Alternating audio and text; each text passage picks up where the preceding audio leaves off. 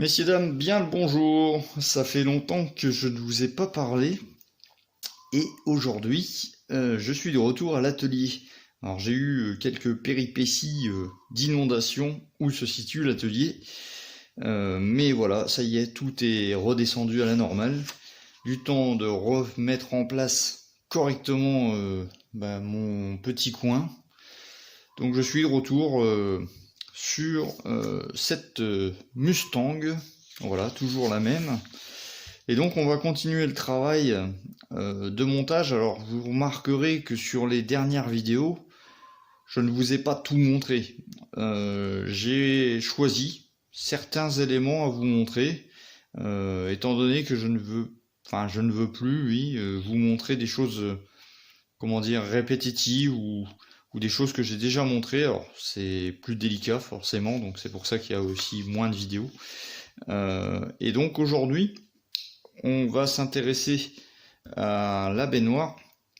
Et la baignoire, en fait, tout ce qui est en jaune, c'est déjà fait. Vous allez me dire, je vais vous montrer quoi? Je vais vous montrer le travail sur ces deux bidons qui sont ici. Pourquoi avoir choisi ça? Étant donné que j'aurais pu vous montrer l'assemblage, mais l'assemblage, il y a encore le baquet, il y a encore des choses à faire, le tableau de bord, etc.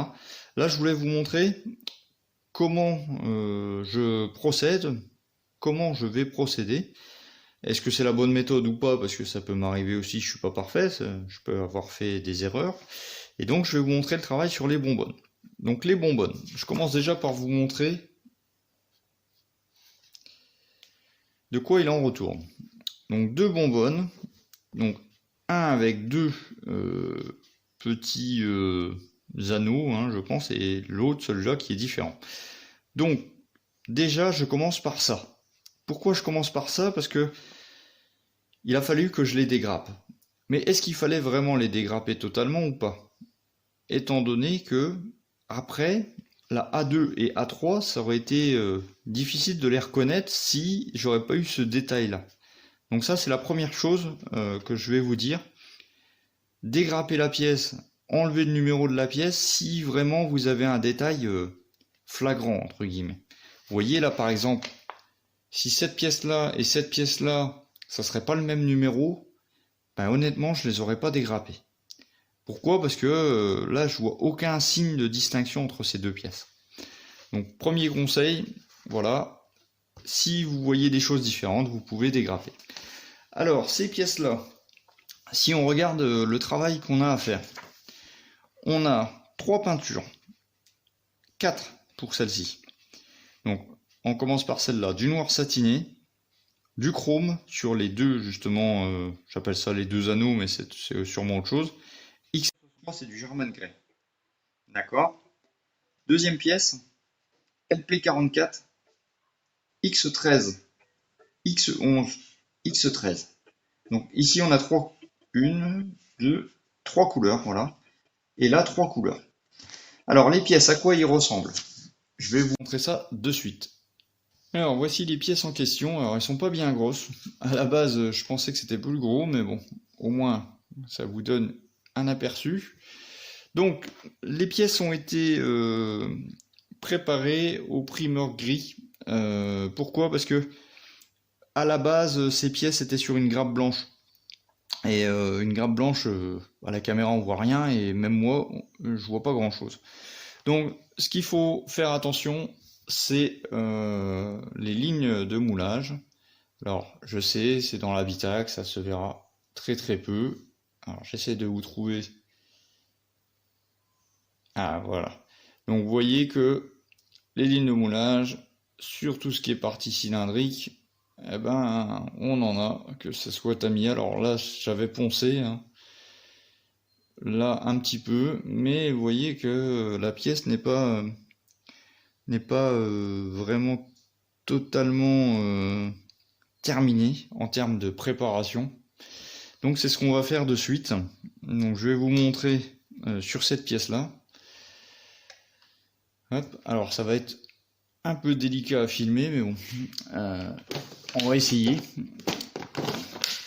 Donc, pour ça, on a la solution de prendre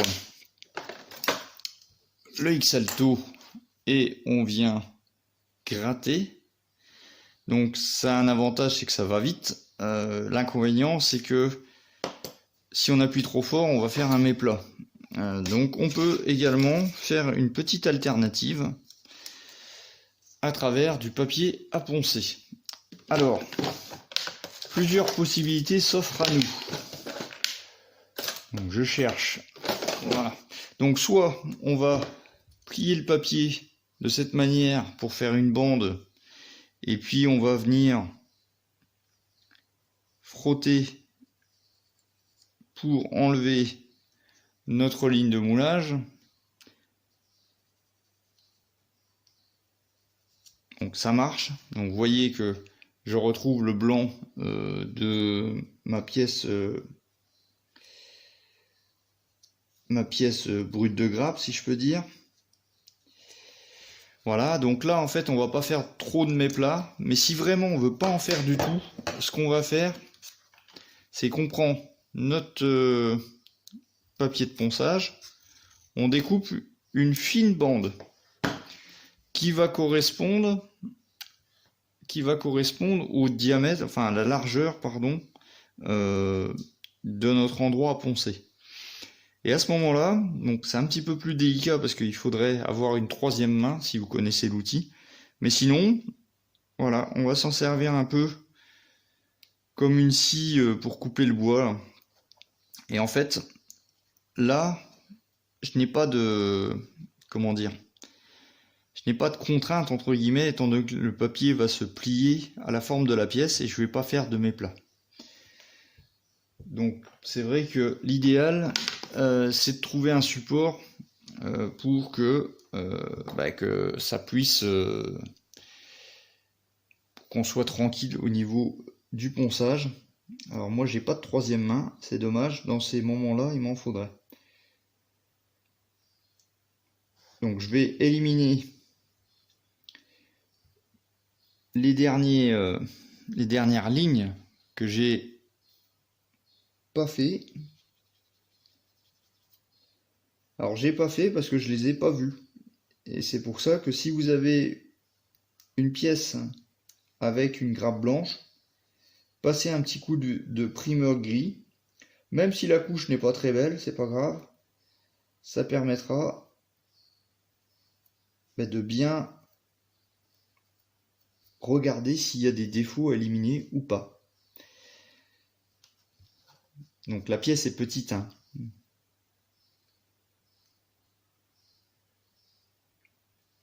voyez, on peut faire comme ça.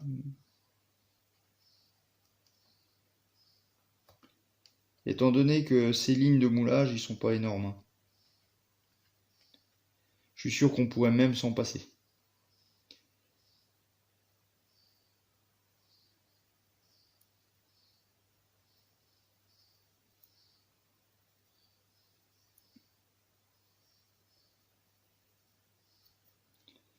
Voilà.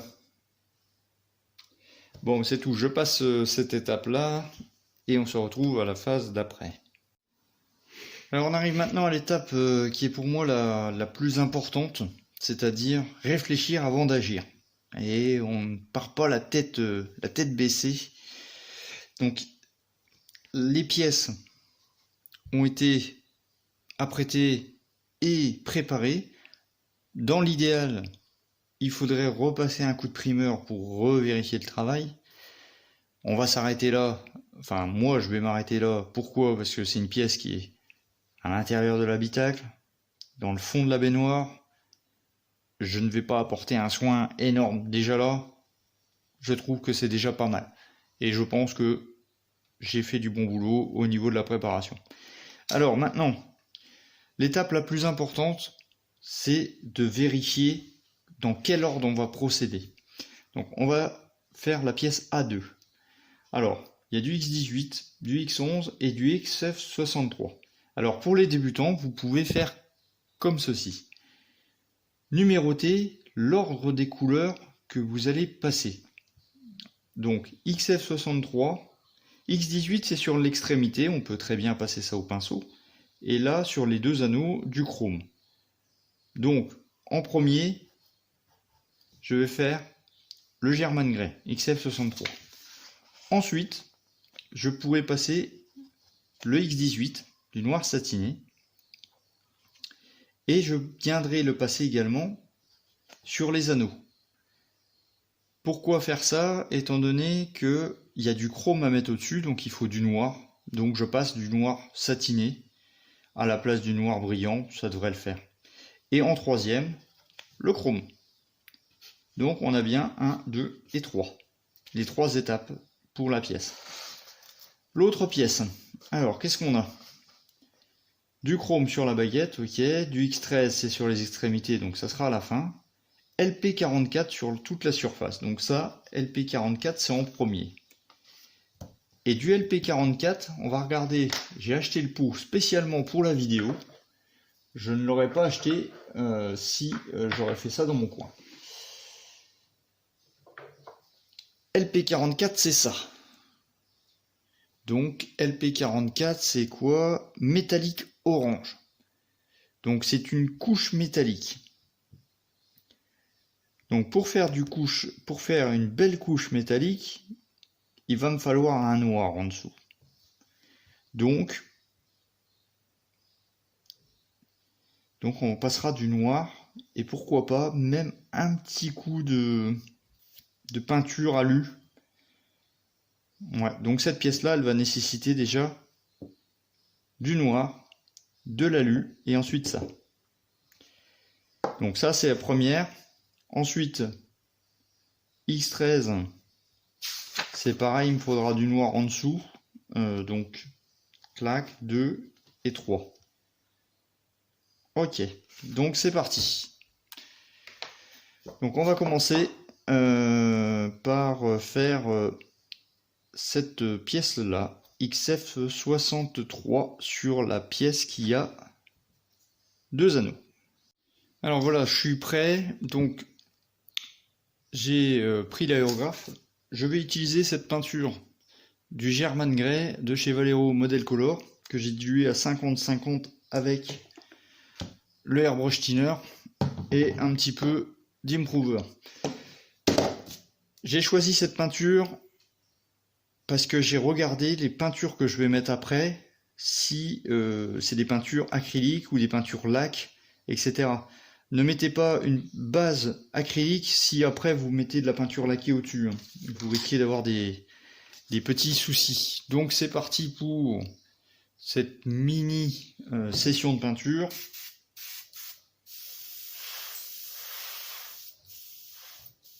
Hop, j'ai oublié d'allumer le compresseur. Ou pas. Ah, petit problème technique.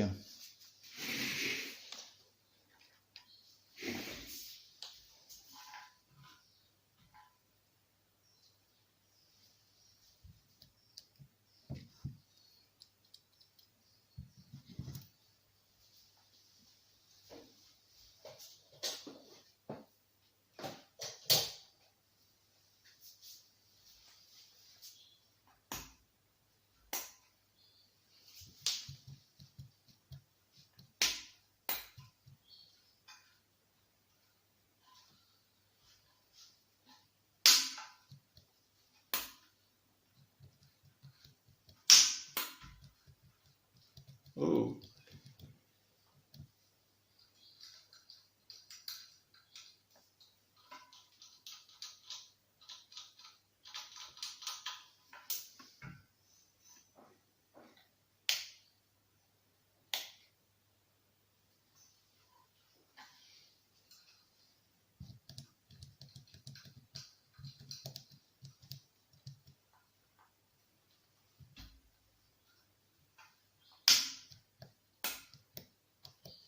Bon, mon compresseur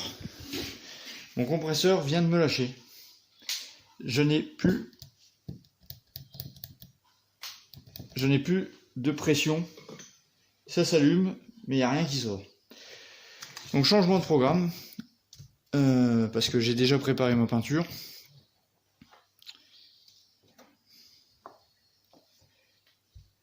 Changement de programme, je vais faire je vais faire au pinceau. Parce que là, je suis bien embêté. Il va falloir que je regarde ça après. Les joies des problèmes techniques. Donc, bah tant pis. Pinceau.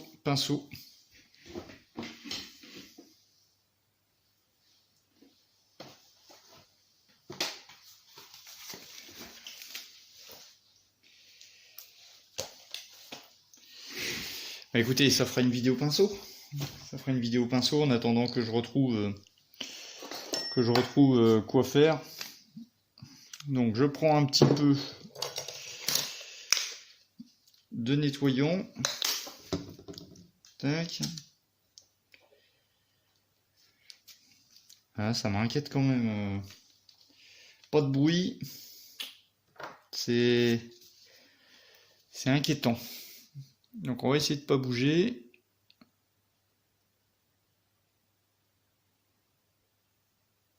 Allez, donc c'est parti. Alors forcément, ça va pas être pareil. Donc première couche de peinture qui ne recouvre pas la totalité. Bah justement, on verra bien, mais il va falloir que je cherche à réparer ce compresseur.